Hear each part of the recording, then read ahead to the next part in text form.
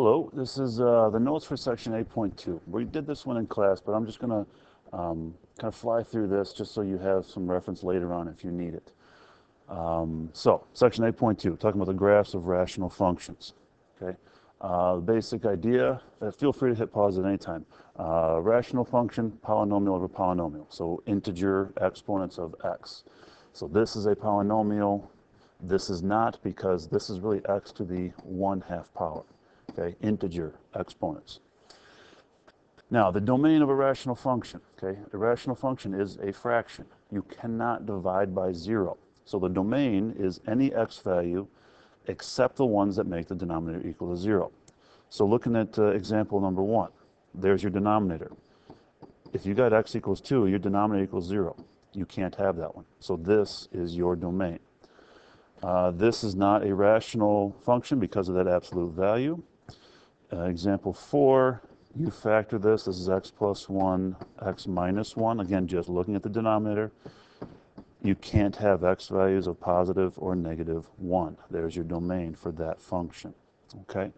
Number 3, e to the x as a denominator. Doesn't really matter where it is. It's not a polynomial. It's an exponential function. All right. A vertical asymptote. What we are looking at is a factor of the denominator, but not a factor of the numerator. So it's only in the denominator. Your vertical asymptote will be at the 0 of that factor. All right, so in class we did the first example, and the second example we kind of came back to. So let's look at number 6 here. To find any vertical asymptote, we're looking at factors that are only in the denominator. So we need to factor. This will be x plus 7 multiplied by x minus 3. All right, x plus 7 is a common factor top and bottom, so that's not going to give us a vertical asymptote. It gives us something else, but I'll get to that in a little bit. This x minus 3, that's a factor that's only in the denominator, so we have a vertical asymptote at x equals 3. Okay, that's what we're looking for, a factor that's only in the denominator, and the 0 of that denominator is where that vertical asymptote is at. A horizontal asymptote. You got 3 things to be concerned about. Really only 2. If you don't have those other 2, then you don't have a horizontal asymptote. But the idea of a horizontal asymptote is, here's your x-axis and y-axis. A horizontal asymptote is a horizontal line. It's not really part of the graph, but it's a horizontal line where the function eventually approaches that. Whether it's coming from above or below, those y values will eventually get really close to the y value at the horizontal asymptote. So, from the equation, to recognize if you have a horizontal asymptote, you got a couple things to check. And it's really just that. Do you have this one? Great. If not, then you move on.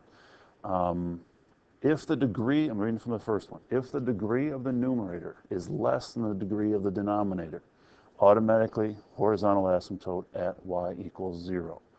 So the example that we used in class was 1 over x minus 2. It really doesn't matter. We could have 3x over x squared plus 7x minus 4. You got a degree 2 in the top, a degree 1 in the bottom. I switched that around. You got a degree 1 in the top and a degree 2 in the bottom. You got a larger degree in the denominator. That means horizontal asymptote at y equals 0.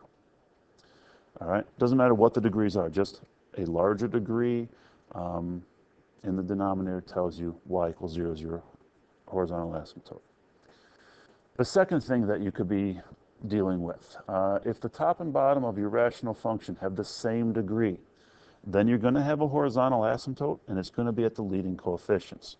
So looking at this example function, we got a degree 1 over degree 1. Our leading coefficients are 3 and 2. We have a horizontal asymptote at 3 over 2.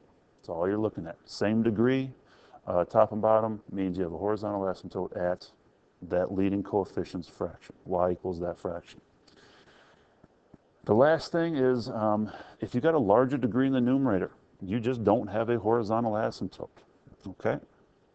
So like it says in the bottom, find any of the horizontal asymptotes from the previous examples. All right. Looking at, again, number 6, we got a larger Degree in the denominator. So we have a horizontal asymptote at y equals 0. In example number 7, we got a degree 4 over degree 2. There is no horizontal asymptote here. All right, that's the idea of what we're dealing with. To graph without your calculator, really identify your horizontal and vertical asymptotes. Okay, we have the same degree top and bottom. Our leading coefficients are 2 over 1. So we have a horizontal asymptote at y equals 2. So I'm just going to draw in a dashed horizontal line. We have x plus 4 in the denominator. It's a factor of the denominator. That's only a factor of the denominator. That means we've got a vertical asymptote at x equals negative 4, the 0 of that factor. So I'm going to draw a vertical line through x equals negative 4. Now, to know where the graph is without your calculator, just pick some x values on either side of that vertical asymptote. So I'm going to pick negative 5. So the y value at an x value of negative 5. Plugging it in, we got 2 times negative 5 minus 1, that's a negative 11 over negative 5 plus 4, it's a negative 1. We got a y value of 11, way up there. And so what that means is this graph is going to come down. It gets close to that vertical asymptote way up there, but it's going to come down and get close to the horizontal asymptote here.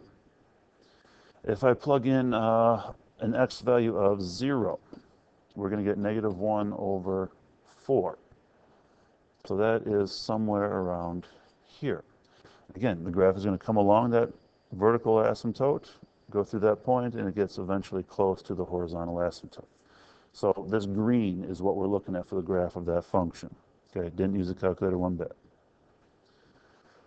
A hole in the graph. What we are looking at for a hole in the graph. The idea of a hole in the graph is you have a continuous function. You got your x and y axes, and just whatever it looks like you have, let's say you have a line, but all of a sudden there's just a hole. Otherwise, it's a continuous function, just like normal. There's just this one spot where that x value, or the function is undefined at that certain x value. And it's just a point that just doesn't exist. If there is a factor in both the top and the bottom, that's when you could have a hole in the graph. So looking at this example up here, if we factor that numerator, we got x plus 4 times x minus 4. Divided by x minus 4. Okay, that x minus 4, that's a factor of the denominator. Normally that tells us we got a vertical asymptote, but it's also a factor of the numerator. This is what we're looking at to say, hey, there's a hole in the graph. So, hole in graph at the 0 of that common factor. Excuse me. So we got a hole in the graph at x equals 4. Now, if you cancel out these common factors, all you're left with is x plus 4. So here's my graph. It's just a line, y equals x plus 4. So you graph the line y equals x plus 4, but at this x value of, let me get rid of this. Let me get rid of this x value and just plug in a 4. We have an undefined point. Now, to figure out the y value of where this hole is, well, we know the x value. It's at an x value of 4. We plug it in, we got a y value of 8. Okay, all it is just a point where the graph is undefined. Okay, so we're not saying the graph exists at 4, 8, at that coordinate of 4, 8. It's just that's where that hole in the graph is. All right, so let's put it all together for these examples here. Let's do number 9. All right, so the domain is the first part. So I'm looking at the denominator, setting that equal to 0. 4x squared equals 1. X squared is 1/4. Take the square root of both sides. You got positive and negative 1/2. Okay? Those are the x values that make the denominator equal to 0. Can't have those. So that's our domain. Identify all asymptotes. All right. So that numerator does not factor. The denominator does. X squared plus 4 over, this becomes a 2x plus 1. times 2x minus 1. So now, because there are no factors of that numerator that at least are real numbers, we have factors that are in the denominator only. Those are vertical asymptotes. So vertical asymptote is at x equals positive and negative 1/2. This graph has two vertical asymptotes. For the holes in the graph, the horizontal asymptote, what we're looking at is the degrees. Okay, we got the same degree, top and bottom. So what that means is we have a horizontal asymptote, and it's going to be at the leading coefficients, which is 1/4. So it's at the horizontal line, y equals 1/4. For a hole in the graph, we're looking for a common factor top and bottom. We don't have that, so there are no holes. Okay, that's the whole thing all put together with one problem. I hope that helps. Have a good day.